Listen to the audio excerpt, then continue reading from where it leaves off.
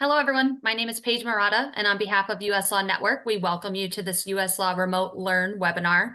US Law Remote is a series of virtual offerings ranging from our podcast to roundtables and more. If you'd like to learn more about these offerings, I will post a link in the chat with more information. Today's webinar topic is Work Smarter, Not Harder, Mastering Simplicity and Prioritization for Peak Productivity. Since this session is set up as a webinar, your microphone and camera are turned off, but you can use the Q&A feature to post any questions or comments, and our panelists will answer them as they come in. Now I will turn it over to three of our member attorneys and allow them to introduce themselves. Hello, my name is Abby Stevens. I'm an attorney at Martin, Tate, Morrow, and Marston, which is located in Memphis, Tennessee. Good morning. My name is Meghan Goodwin. I'm an attorney with Thorndal Armstrong, and I'm based in Las Vegas, Nevada. Good afternoon. Stephanie Hersperger with Pion Law. We are in Pennsylvania, and I am located in Harrisburg, our state's capital. All right. Well, I'll get us started. This is a topic that I think has broad relevance for a lot of people. I think that we all like the idea of how can we reach a more productive state with a little bit less effort. And one of the things that I think is important as we frame this topic is that most studies indicate that professionals are interrupted every 2 to 3 minutes. And I know for a lot of people, it probably feels like even more than that. And whenever we have some sort of interruption occur, we lose our momentum. If we're in some sort of flow state or in doing deep work, those are some of the kind of buzz terms with really getting things done, that just stops. And some studies have indicated that it takes about 23 minutes for you to get back to where you were in a task. And sometimes you don't even get back to where you were in that task. And so, with that in mind, today we're going to discuss what are some of the ways that we can make sure that we're getting done what we need to do, how we can minimize interruptions or other things that are not important and focus on what is really important. And with that, we're going to go to the next slide, and Stephanie's going to talk about the Pomodoro method. Hi, everyone. So I volunteered to do this with Abby and Megan at the Women's USLAW up in Quebec last month because I definitely could use some tips and techniques for better time management and working smarter instead of harder. I hope I'm not, well, I wish I was the only one, but one of my issues is I will be in the office for 10 hours and I have my to-do list. And at the end of the day, I've worked very hard, but I haven't really gotten some of the things that I need to get done. So it was interesting to explore this topic. And when Abby told us about the 23-minute to get back on task, it made a lot of sense to me. And I'm sure that whether you're on here and you're an attorney or you're in claims or you're, in corporate, I think that anyone that is in management or dealing with the law in any capacity runs into this. So this first method, I had never heard of, and I had to research it a little bit. Maybe some of you have heard of it. And by the way, if anyone has any comments, helpful suggestions, questions as we go about, please just do them in that little chat box, and Paige can let us know, and we can bring you all in and address it as we go along. So this Pomodoro method, Pomodoro is Italian for tomatoes. I don't speak Italian, so it sounded Italian to me, but I don't speak that. So just a little interesting fun fact. This was created by a student back in the late 1980s when he was having problems and overwhelmed with assignments and feeling burned out and things like that.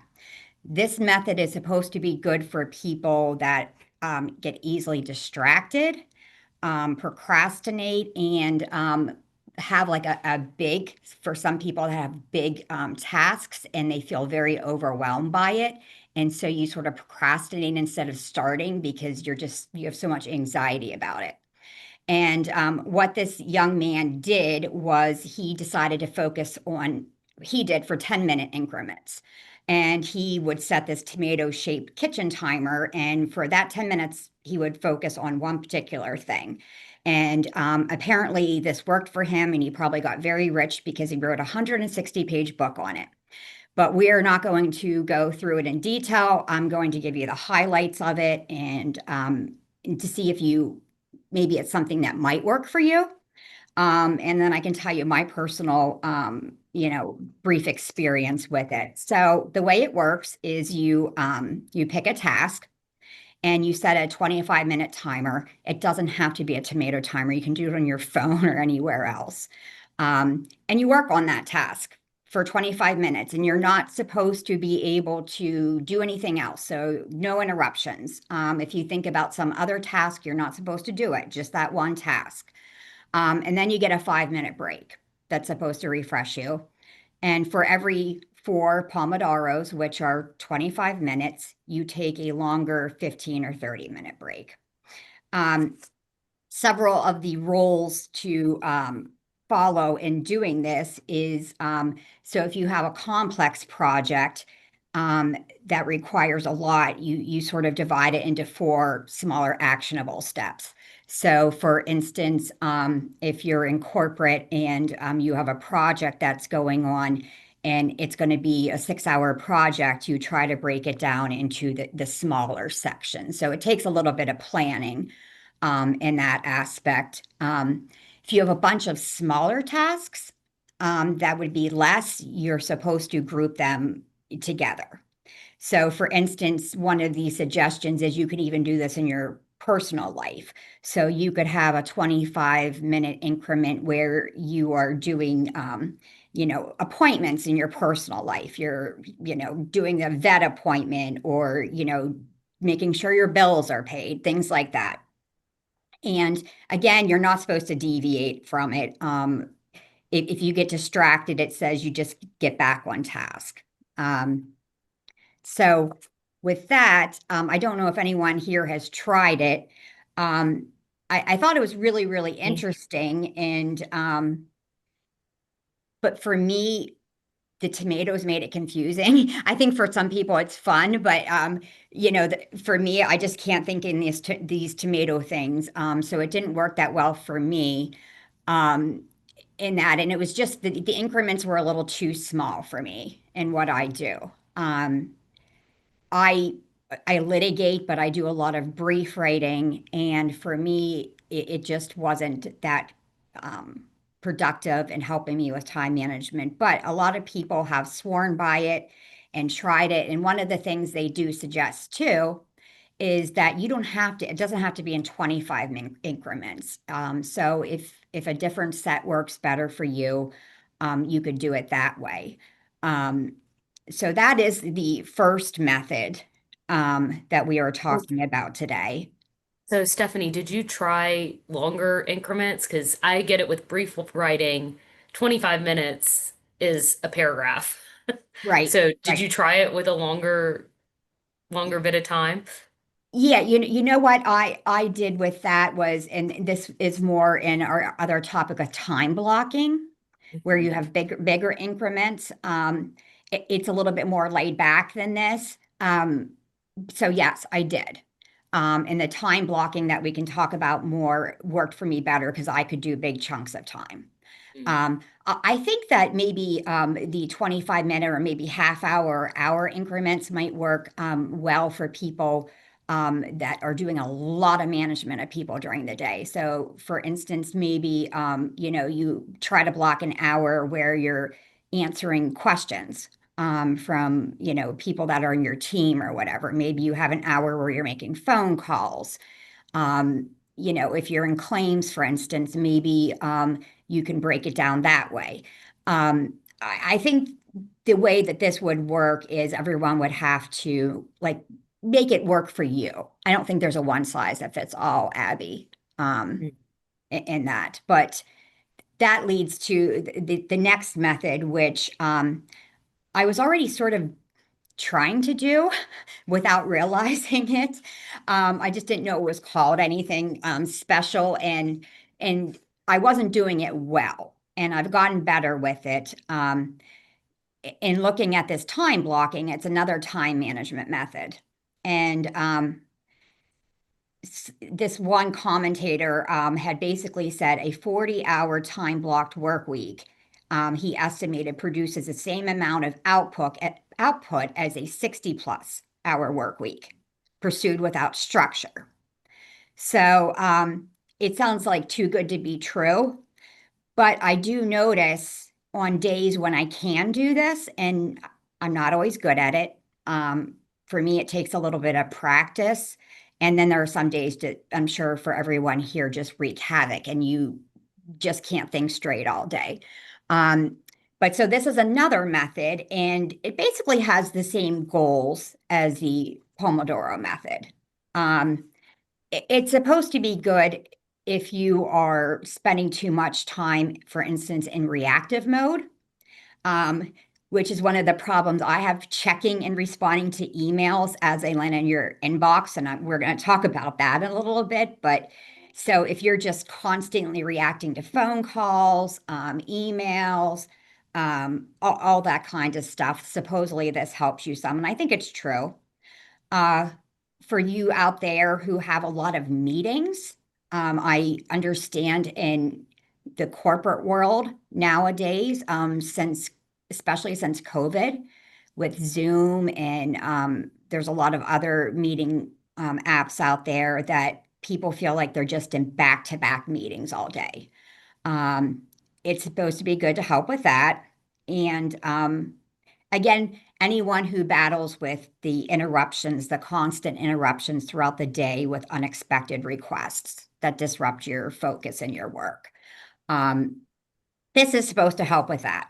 And it's pretty easy. You create and you schedule work blocks. And what you do is, and you have to decide and just what kind of work block would be good for you. And you do have to review and adjust as your day goes on. So, for instance, we are talking about writing briefs. I might have an appellate brief that's a 20 or 30-hour brief. To me, that seems very overwhelming when you think about it in that aspect. So if I block off 2 hours of time, and I might say to myself, I'm going to look at the pleadings and the expert reports during that time, to prepare for the brief, or 2 hours of doing research on a specific topic and things like that. What I found you have to do, though, and it can be hard depending on what your job is, what your career is I do have to turn off my email notifications for those 2 hours because I do have a habit of constantly looking at them. And I just have this obsession with having to respond right that minute. And in some workplaces, you might have to. That's the thing. I think if you're going to use the time blocking, you have to try to find in your mind when during the day might you have a block of time or that you can schedule it in. I don't know if Meghan and Abby recall, but during our conference, one of the in-house counsel mentioned that I think on Teams or one of those things that she basically blocks off time so where she's not available for anyone to schedule time on that for like a 2-hour increment so she can do other things. So you sort of have to find a way to, no one's trying to intrude on your time, obviously, just to get on your nerves, hopefully. But you have to find ways to sort of keep people out. One of the easy ways that I do sometimes is I just put a piece of paper on my door that says I'm in a Zoom call or, something like that. Right. If I just put working on brief, that won't stop anyone. So I have to, maybe tell a white little fib that I'm actually on a Zoom call. Although I've noticed lately that people are catching on to it and they're just coming in. So hopefully no one will come in during this. But I found this to be a productive way for me when I can follow it. And I do, I don't know about Abby or Megan or anyone out there, but there are days when you're just inundated. And you have fires. When it's one of those fire days, sometimes it just doesn't work. But I have found this to actually be a pretty good, time management way. And the other way that people do this sometimes is instead of time blocking, and it's very similar, but task blocking. And I mentioned it earlier, if you're in corporate and there's a certain project you want to work on, you block a time for that. For those that are, adjusting claims or dealing with claims, a possible way for that would be by a group of claims. If you have a whole bunch of property damage claims or, with a particular client or however it works for you. But it's nice once you get into it to be able to go for 2 hours and actually see that you've been productive during that time. I don't know if Megan and Abby have tried the time blocking at all, or if they have a particular way of how they are trying to break up their day. I've been using it a little bit. I just told one of my associates the other morning, because she was a little overwhelmed, and I had to remind her that anything involving risk or litigation is just inherently chaotic. As much as we want to control our day or our schedule, there's just no real way to do that logically, some days. And, we're going to get a call that an accident occurred, or, we have an emergency motion filed, or, we need these documents produced ASAP and we need to get them from clients. Clients have to get them from their companies. And I think it depends where you're practicing or where you're working. I live in Las Vegas, so the mornings are really busy for us because the rest of the country has kind of kicked off and got going already. So I also have court in the mornings, anywhere from 8:30 to 11 a.m. So it really is impossible for me to make any firm plan in my mornings. So I tend to prefer to time block in the afternoon. And I think one of the big parts of that is also knowing your productivity parameters for yourself. Like I have an Aura ring, and my Aura ring actually told me I am most productive in late morning, which I know I am. I can tell just based on how I work late morning. And then, maybe there's a little bit of a slowdown in the afternoon around 2. So I tend to time block. Megan, explain what an Aura ring is. Some people may not know what that is. Oh, it's this. It's a ring that kind of tracks your sleep, your activity, your exercise, your stress levels, which is really fun. And it really just kind of puts all the data together in an app in your phone and shares with you, how your body's doing, if it's recovering, if you're sleeping well. So that's a whole other story about what we do for a living and how it affects our Aura rings. But it definitely... Do you think it's accurate, Megan? Unfortunately, I do.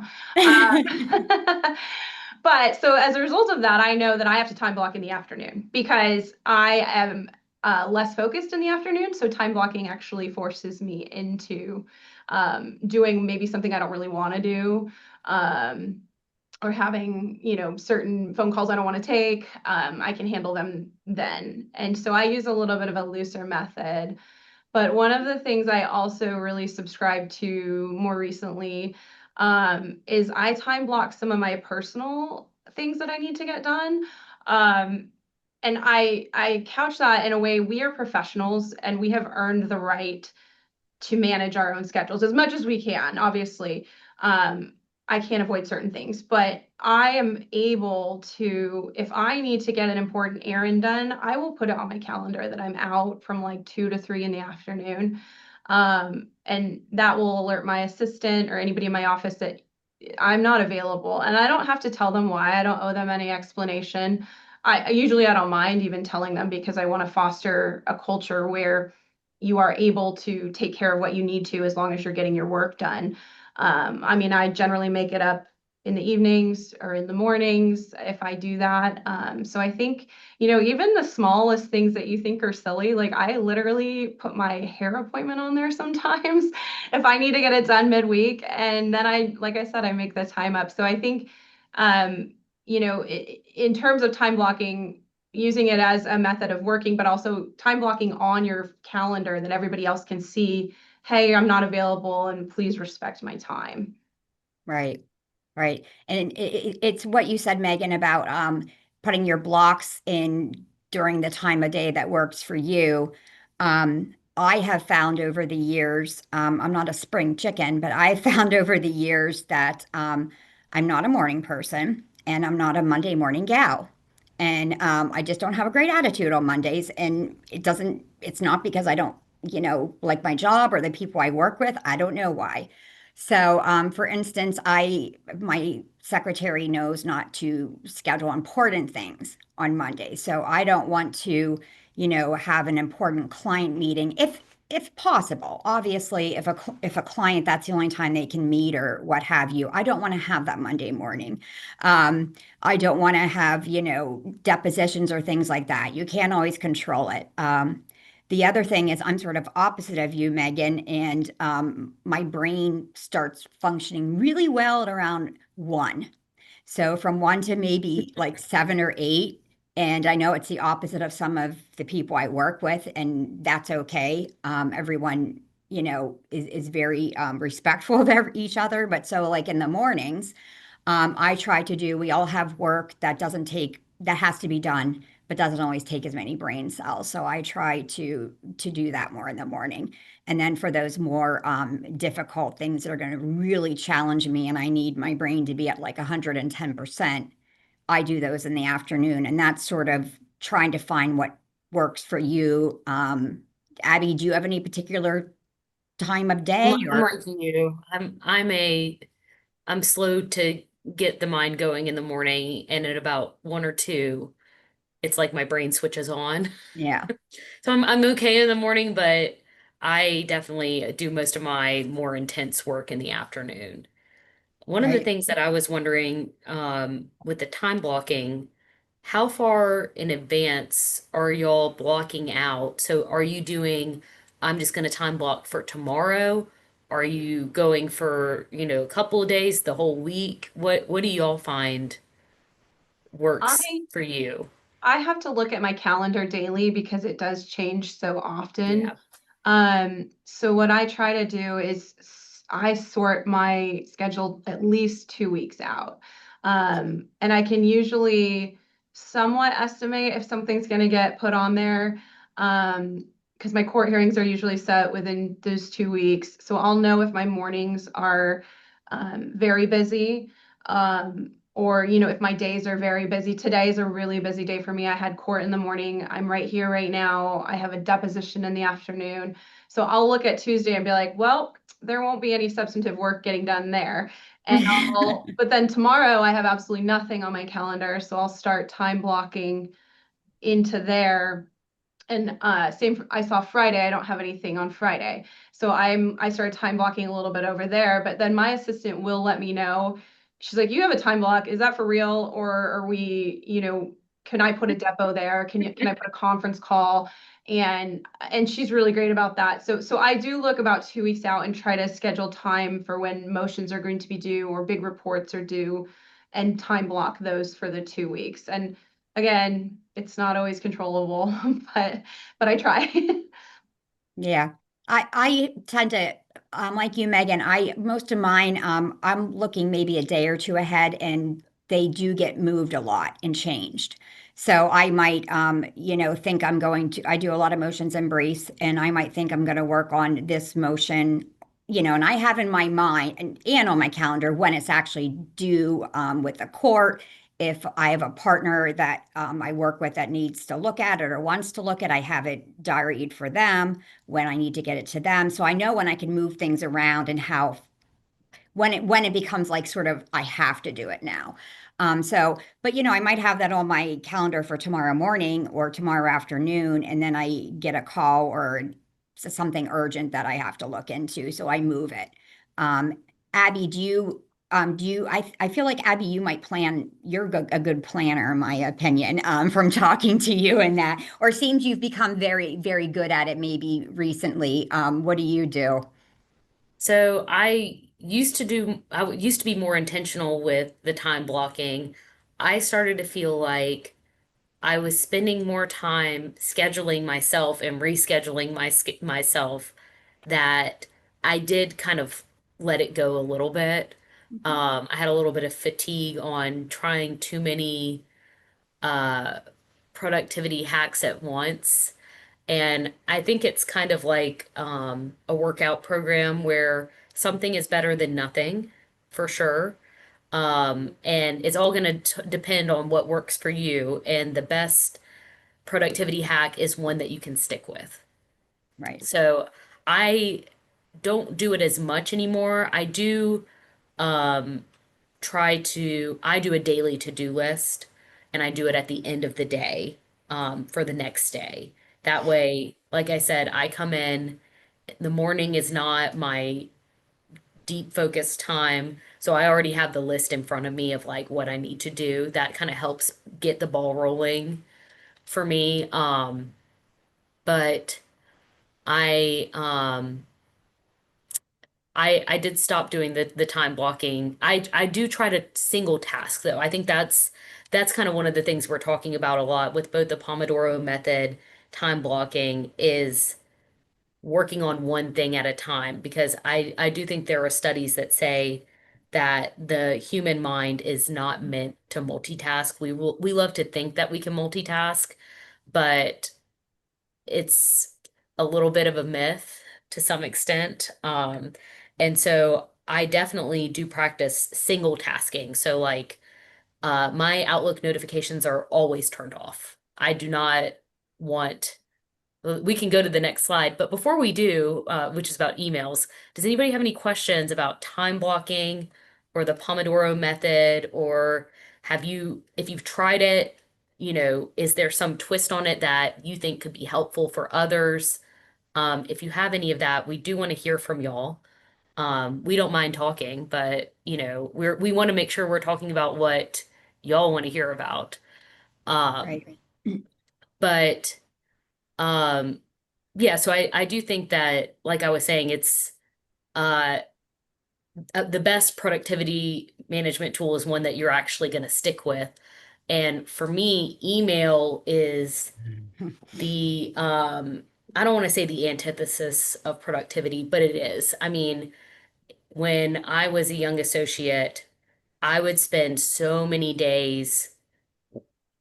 I would feel like I had worked a full day. I would be exhausted, and then I would look at for me, it's time entry. For you, it may be what did you check off your to-do list? And I would see nothing. I would just see, okay, I feel like I did a lot, but I really didn't. And a lot of that was because I was sitting there reading emails all day. And so, um, I probably get, I would say 60 to 70 emails today. What about y'all?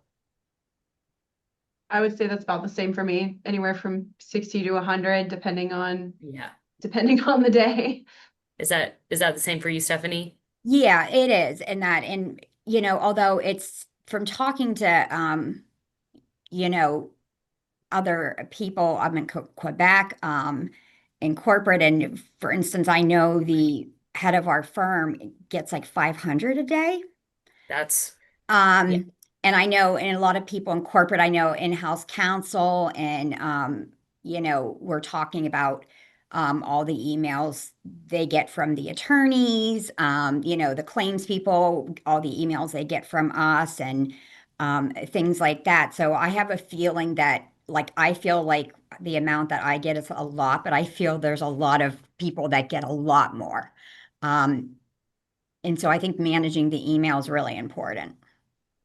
And we had some Um, good discussions in Quebec about that. There was an individual, she really firmly believes in the color coding method, where you can color code emails in Outlook, um, based on who the individual is that's emailing you. So when you do that, you can color code. Let's say you need all your emails from your CEO need to be a high priority. You can color code that individual, and that person's emails will be at the top of your inbox and will show as a high priority.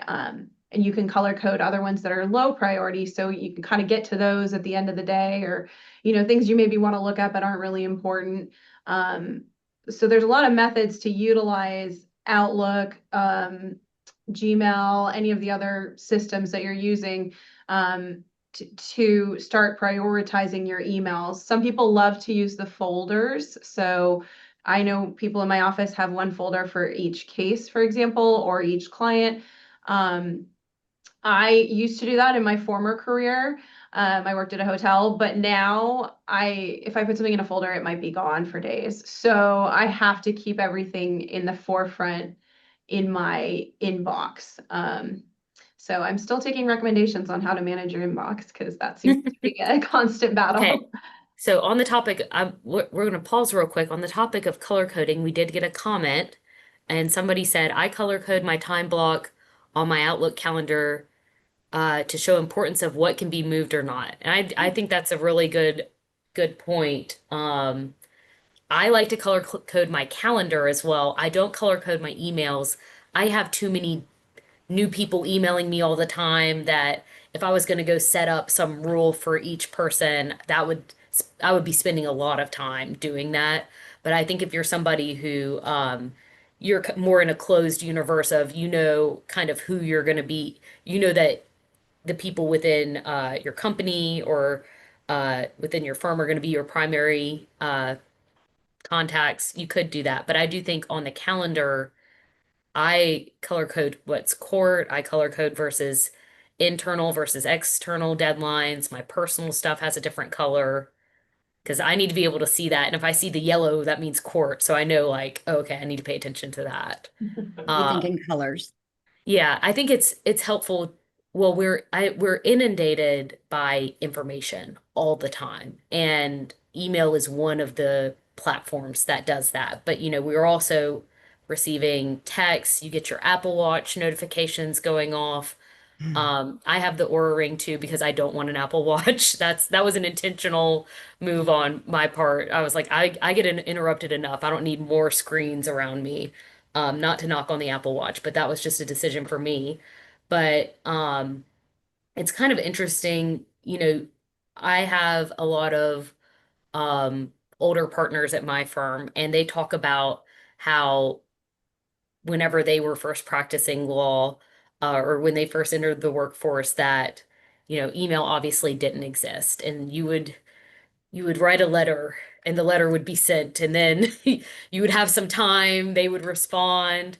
It's not like that anymore. And um I think whenever I think about not checking my email as much, I normally am thinking about, okay, I wouldn't let somebody just bust into my office all the time and say, hey, do you want to sign up for this CLE? Hey, do you want to try this new vendor? Hey, um, you need to go to this bar event. I would not let somebody do that. But if I'm on my email letting it interrupt me from what I really need to do, I'm basically allowing that to happen. And so instead, I have my notifications turned off on my computer and on my phone. That way, I have to make the conscious choice to go look at it. That really helped me uh, to put another layer in between me and email. Um, I also think that kind of what we were talking about with the time blocking. So I don't time block, but I do daily plan. So I would make out like this is what I've got to get done. And I think that if we let the email dictate our day and not take control of our day ourselves, we're doing ourselves a disservice. And for those who have clients, doing the clients a disservice as well. And so I try to check my email. Um, if I'm doing really good, I'll do like once an hour. It can be hard though, because I want to make sure that nothing is on fire, but usually if something is really that urgent, somebody will call me. I found that is true.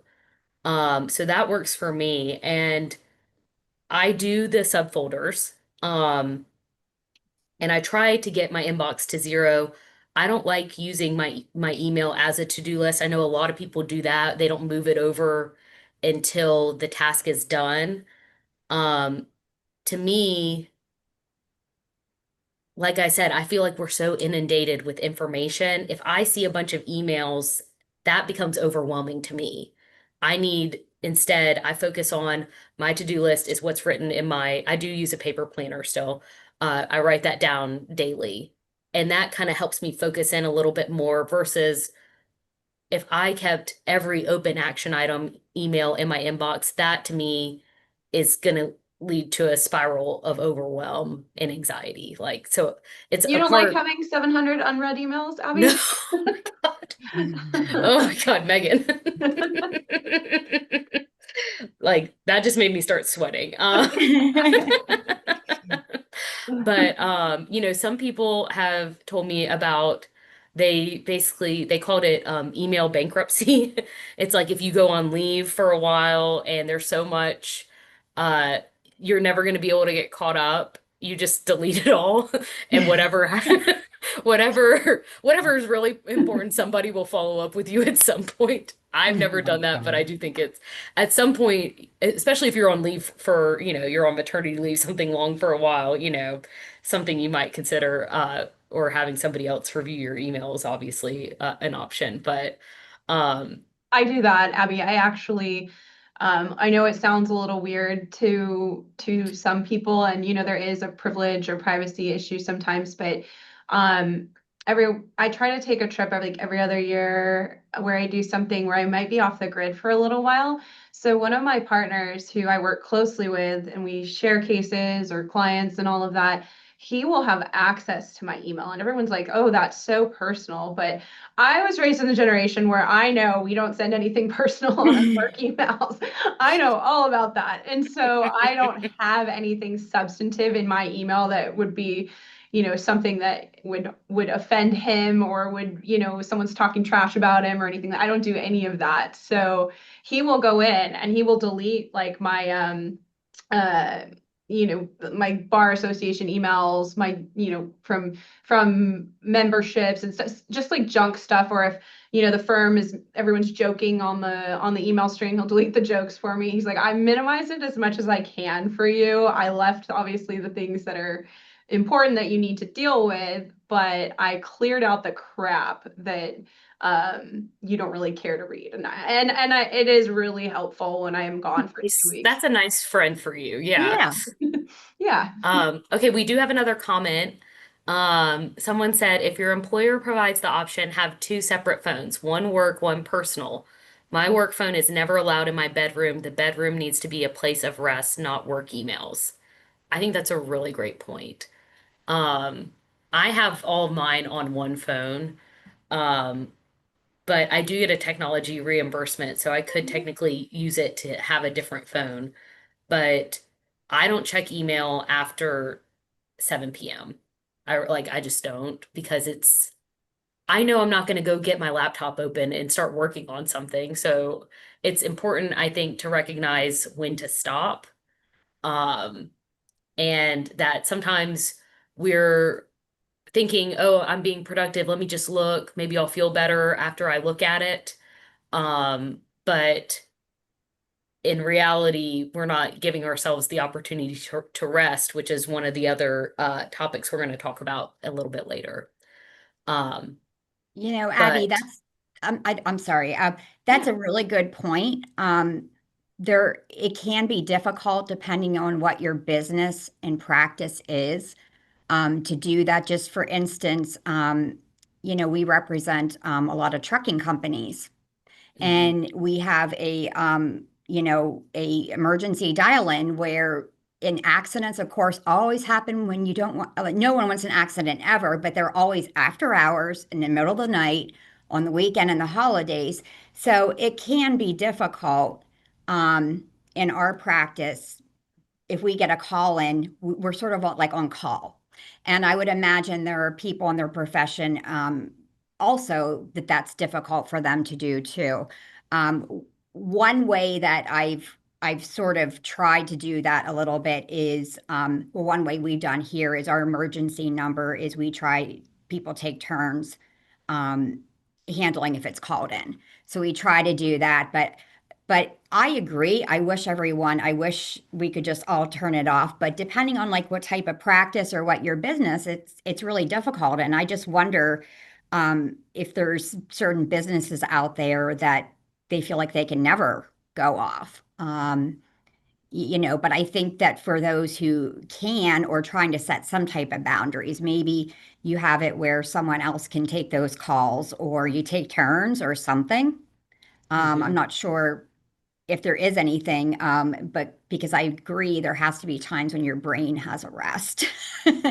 um, because you're less productive in my opinion, at least I'm less productive if I'm not rested. It takes me twice as long to get everything done. So that was like a really good point that you said, but I wonder if there's anyone on the call or on the Zoom that has problems doing that because of their type of business and whether they have any type of little hints or tips or anything. If so, I would love to hear from you on that. And I'm sure there others would too.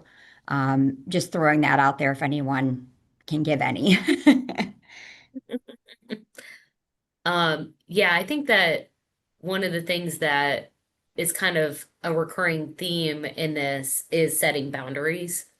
Um, we can't talk about being productive without sometimes having to say no to other things, either so that you can get certain work done or so that you can make sure that you're taking care of yourself. Um, One of the other things that I do is this first bullet. I do like a Friday, I call it the deep dive.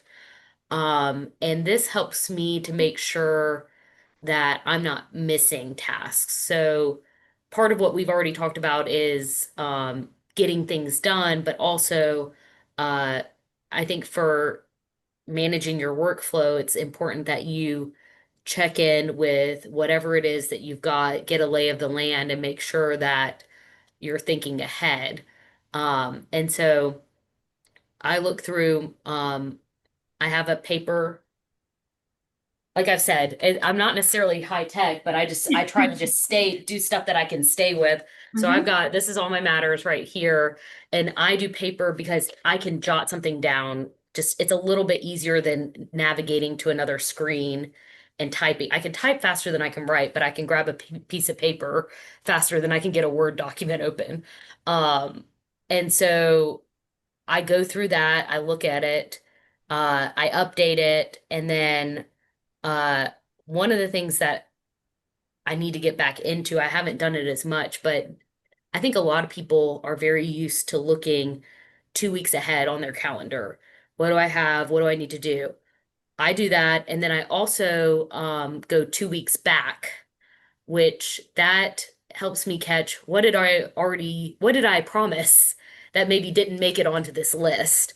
What follow-up do I need to do based on that call? Who do I need to email that I didn't immediately send that list of follow-up items to? And that's when I'm doing that, I feel like uh there are much fewer cracks or gaps that things can fall through. Um, and then I try to get my email to zero. Uh, haven't done that one in a while, but that's aspirational. And then uh and if I have emails that I've moved to the folder, they go on the list. So I'm like scratching like respond to email. That is on the level of minutia on my to-do list. And then the other thing I do is I created a rule in Outlook um so that when I CC myself on an email, that will immediately move that email into a folder. And so all of my delegated items uh, that I might need to follow up on with the person who I've delegated it to, they're all in one place. And so if I've sent my assistant or a paralegal or my client or an expert, somebody, something that I need, and I copy myself, it's in that folder. And I can look and see, okay, it's been 2 weeks, like let me send that follow up. And I do it all at once. And they say that batching your work like that does increase your efficiency. And so that's been another good way for me to make sure that not only am I checking on what's on my plate, what's on others' plates too, because you can't be your most productive self if you're doing everything. You've got to delegate. That's something that I think we can all recognize. But delegation doesn't mean good luck, it's on you. We still hold the ultimate responsibility when we delegate something. So that's some of the ways that I've managed to kind of structure my workflow so that I at least feel most of it's in control. Not all the time, but a lot of the time. Abby, that's a great idea about I had never heard of anyone doing that. And I feel like I spend a lot of time following up on, to check on tasks that I've assigned to other people or asked them to do, and I've delegated. And that can take a lot of time because you're Yes. going from one to one to one. That's a great idea about, having them CCing yourself and having them go to a folder so you can do them all at one time. Yes. I think I'm going to try that. Yeah, Um, I'll show you how to set up the rule. Thank you. Yeah, that really sounds because I go and I diary ahead on my calendar and put in what it is and who I have to follow up with, and I mean that's Right, probably so you're takes creating a calendar entry for yes, every single one. Yeah. yes. And if you think about how long that takes to do that, a few minutes, and then when you get it 2 weeks later, and I'm getting them at different increments because honestly, if I look on my a calendar ahead and it looks like I have a lot of follow-ups on one day, I'm just like, oh no. But if you already have the email there and it's all in one folder, that seems like a pretty simplified way. Yeah, of and then doing I just that. hit reply all. So I'm just like, here's the Right. email. Where are we at? Send. Yeah. Great So idea. that helps a lot. Okay, so I don't know these other ones. Which one is yours, Stephanie? Are you the second one? Yeah, yeah, that's my 2 hour increment thing. And I Yeah. have realized that I have to forward the phone calls and I do the cell phone and that. I do I do one little cheat that I didn't put on there is possibly about once an hour. I do a very quick eyeball of the emails that have come in the last just hour to make sure that there's not an emergency. That takes me like, a minute and I don't read them or anything. But I can just tell from who it may be from, or if they put a red exclamation mark or something like that. So that's my one little way I cheat with that. Although maybe I shouldn't, but that's the only way I get some Yeah. uninterrupted time.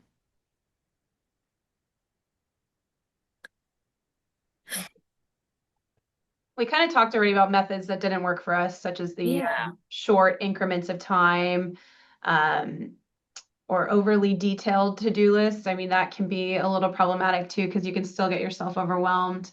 I think there's a real split of authority on digital task lists. Some people love them, some people hate them. Abby was talking about her paper list.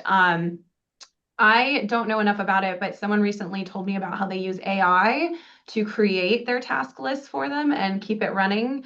Um, that is something, that we definitely want to look into in the future as to how that can help you streamline your day and organize, whether, like you have all of your calendar invites in there, your email to-do list, all of that can be streamlined through AI, which I find is fascinating. Let's see here. Yeah, so there's some of the people we're talking about. Copilot is something that is already integrated into Outlook. And so there's a version of that where it can take from what's already in your Outlook email and help create tasks from there. I know that was one of the things somebody was talking about when we had our previous session. Hmm. Um, All right, go ahead. yeah, no, I was just gonna say, I think this one, it was yours, Megan.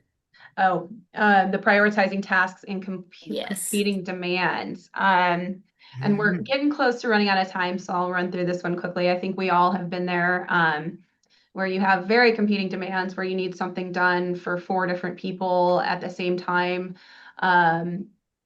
I think that is really important to get in front of and prioritize. And the most critical part of that is communication. I think if you receive tasks either internally or externally, I think, if you have that communication line open with either your outside counsel or your client or your superior, you can really manage that by saying, hey, I find just being honest is the best way to confront that and say, I can get this done for you, but it's going to be this day.